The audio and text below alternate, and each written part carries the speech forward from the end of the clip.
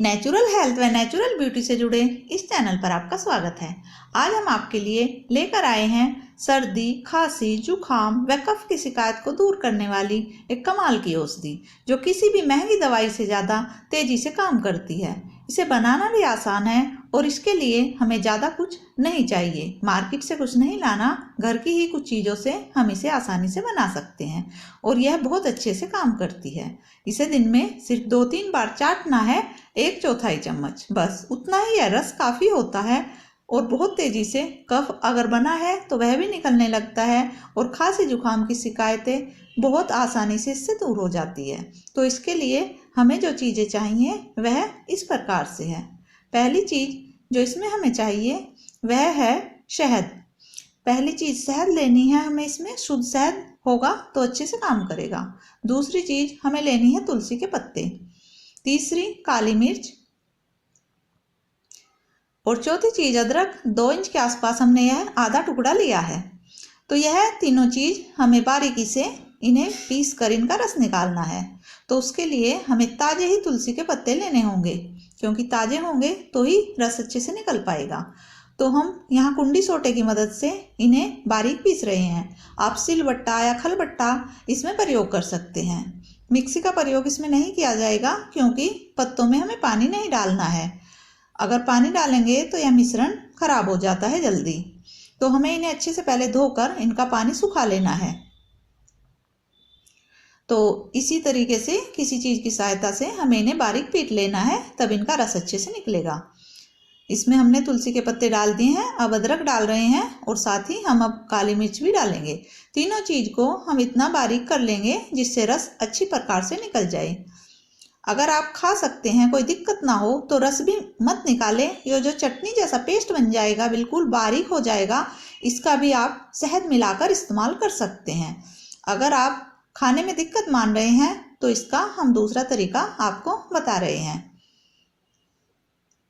देखिए, पीटते पीटते यह इतना अच्छा हो जाएगा कि आप इसका रस आराम से निकाल सकेंगे। अगर अदरक ताज़ा है और पत्ते ताज़े हैं तो काफ़ी अच्छे से रस निकल जाता है। तो हमें इसी बात का ध्यान देना है कि अदरक व तुलसी दोनों ताज़े हों, तभी यह अच्छे से रस निकल पाएगा। हम इस चैनल पर आपको रोज़मर्रा के काम की बहुत सारी ऐसी जानकारियां देते रहते हैं जो घरेलू स्तर पर हमारी छोटी छोटी मुश्किलों को आसानी से दूर करने वाली होती हैं। अगर आपको भी ऐसी चीज़ें जानना समझना पसंद है तो हमारे चैनल से जुड़िए, लाइक कीजिए, सब्सक्राइब कीजिए, क्योंकि हम इस चैनल पर नेचुरल हेल्थ व नेचुरल ब्यूटी से जुड़ी ऐसी ढेरों जानकारियाँ आपसे साझा करते रहते हैं जो बनाना भी आसान होता है और उनके लिए हमें बाहरी केमिकल की ज़रूरत नहीं होती है। तो अगर आपको पसंद है ये चीज़ें जानना समझना तो हमारे चैनल से जुड़िए। देखिए, यह मिश्रण लगभग अब रस निकलने की स्थिति में आ चुका है।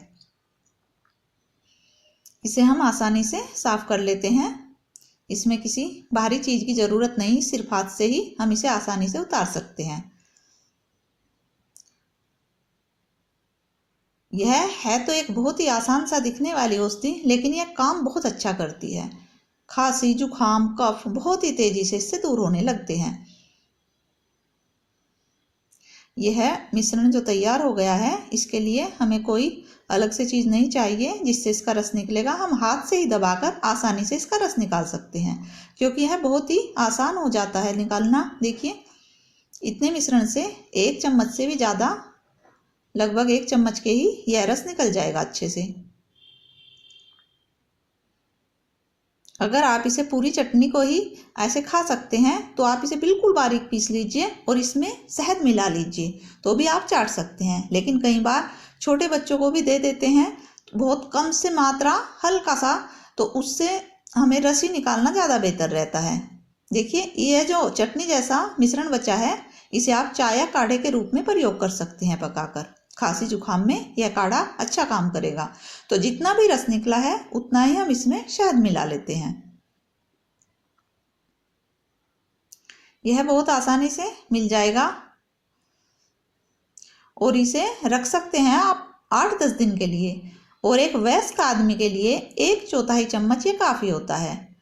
यह बहुत तीखा सा लगता है क्योंकि काली मिर्च और अदरक होता है, तो इसे चाट कर फिर हमें कुछ खाना पीना नहीं होता।